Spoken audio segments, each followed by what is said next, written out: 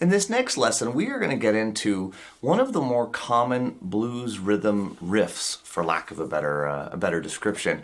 And this is based largely around the song I'm Tore Down, which there are versions out there by Freddie King and Eric Clapton. Those two are very popular. But this exact same idea, I've even heard it used in a slow blues, like The Sky is Crying by Albert King. So the same idea can be used in a lot of different places, but I'm going to call it the Tore Down rhythm just for the sake of simplicity and just to give it a name.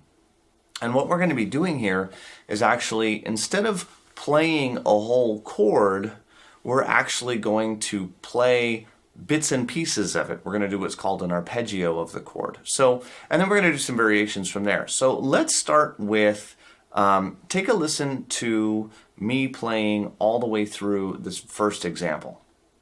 1, 2, 1, 2, 3, 4.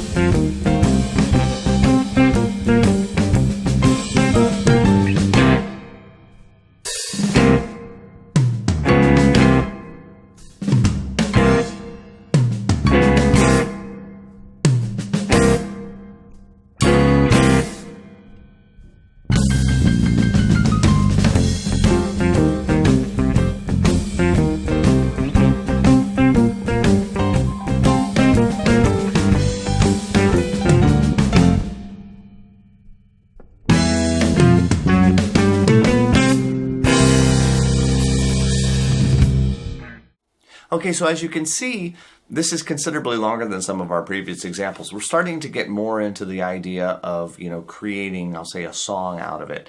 So we have a little bit of an intro, we have a little bit of, I'll say, rhythm while there could be a vocal going on, we have some breaks, and we have an ending. So we have really all of the things that we need. And in fact, most blues songs use very, very similar elements to these in their construction. So let's start with the basic rhythm that we're doing, which if I go to a C here at the 8th fret of the 6th string, I have the 8th, and then I go up an octave to, that's the root, and then I go up an octave to another root.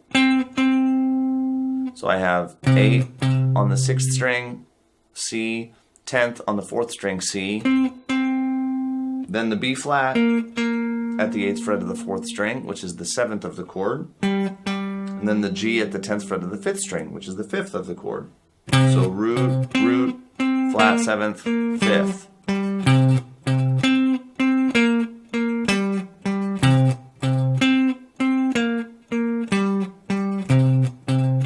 Now what you'll notice is that there's a little bit of space between the notes. I don't go,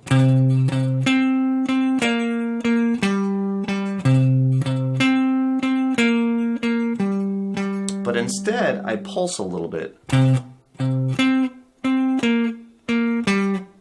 So my left hand pushes and relaxes.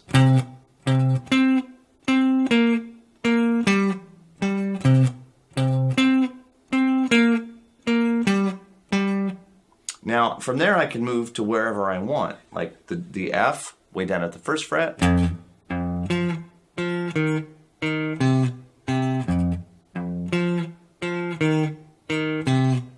Or the G. And I can do the C here at the 8th fret of the 6th string like I have in the example. If you prefer, you could do it at the 3rd string of the 5th fret, or sorry, the 3rd fret of the 5th string.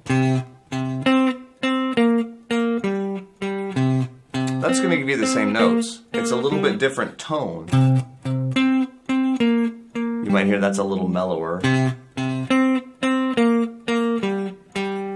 one will do the job, and neither one is correct nor incorrect. So, you get to take your pick, okay? So the initial thing that's going on in this example is just that groove, okay? So we're actually starting from the one here, the C. And we do it 4 times. 1 and 2 and 3 and 4 and 1. And that's our 4 bars of 1. And then we go to the 4 chord, which is here at F. And again. And now we go back to C. Which again I can play here or here. Then I'll go to G, 1 and 2 and 3 and 4 and F and 2 and 3 and 4 and C and 2 and 3 and 4 and again. And now I'm going to do some stops, and I'm going to start with a regular old little C7 chord. So I'm just hitting those middle strings, the 2nd, 3rd, and 4th strings. So it's not this, it's this. And then I'm going to go to an F major. Okay, normally I'd play an F major with my first finger on the 8th fret of the 5th string and my bar across the 10th fret on the 2nd, 3rd, and 4th strings. Well, again, I'm going to drop the 5th string from the equation and just hit the 2nd, 3rd, and 4th string. So I have 1 and 2 and 3 and 4 and 1 and 2 and 3 and 4 and 1. So mostly I just hit that C7 with the F as kind of like an embellishment. And you'll notice I kind of do this hammer-on move to get back to the C7. If you want, you can do that, or you can just try and get it all at once. I kind of do the hammer-on move simply because it makes it so I don't have to get there all at once. And then the bass will kick back in, walk us down, we'll be back at the 4 chord. And back to the 1 again. And down to the 5. And the 4. And back to the 1. And then we're going to do something a little different for the second set of breaks. There's 2 things that are going to happen. First, we're going to play like this kind of C7 grip, but we only need the 5th, 4th, and 3rd strings, so I'm only playing it with these notes. And my first finger, you'll notice, is kind of laying across some of these other strings so that they don't come out. So I have 1, 2, 3, 4, 1, 2, 3, and here's a blues half step. 4, 1, and 2, and 3, and 4, and 1. 2 and 3 and 4 and 1 and 2 and 3 and 4 and 1 and 2 and 3, 4 and 1. And now I have a nice big space while the band's going to come back in and the bass is going to walk down. Now what you might notice is that that's a lot more than 4 bars. Those breaks right there are supposed to take the place of the first 4 bars of the form where we play the 1 chord. But in this case we have 8 bars. This is another occasional variation on a 12-bar form, and it's called a long 1. So if you tell people the second and 3rd set of breaks has a long 1, for example, they will know exactly. They should know what you mean. If they don't know what you mean, you can explain it. It means the 1 chord is going to be for 8 bars instead of for 4 bars. Notice also that we have the blues half step that we used in there. So again, we're not using any chords and stuff that you don't already know. These are just common ways that this stuff is used. Okay. From there, band comes back in. We're back down to 4, back to 1, 5, 4, and 1. And now what you'll notice is that in this example, I'm going to kind of cut it short. Usually after you did those vocal verses, you'd go into solos, maybe another vocal verse, etc., etc. All that stuff is going to be exactly the same as what we've done. So what I'm going to do is go ahead and get to the ending, where from the 5, 1 and 2 and 3 and 4 and 1 and 2 and 3 and 4. And we're going to do an ending that, depending on who you talk to, is either called a Basie ending or an Ellington ending. I had only ever heard this called a Basie ending for my whole life. And then I was playing on a gig with a guy and he went, "Oh, that's what I always heard as an Ellington ending." So that just goes to show you that, you know, depending on who you're playing with, some things might have some different names. So I like to make sure I pass all the variations along in case you run into them. But what we're going to do is, based around a C, I'm going to walk up the 7th, 8th fret, 9th, 10. So here's my C. I'm starting from the 3rd of the scale. So it's the 7th fret E, and I go E, F, F sharp, G, and then 7, 9, and 10 on the 4th string, which is the A, B, and C.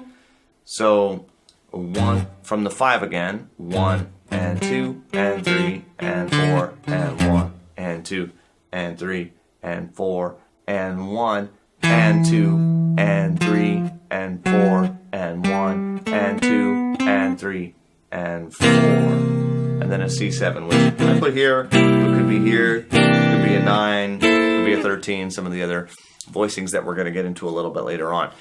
Depending on what you want to hear, you get some options there, okay?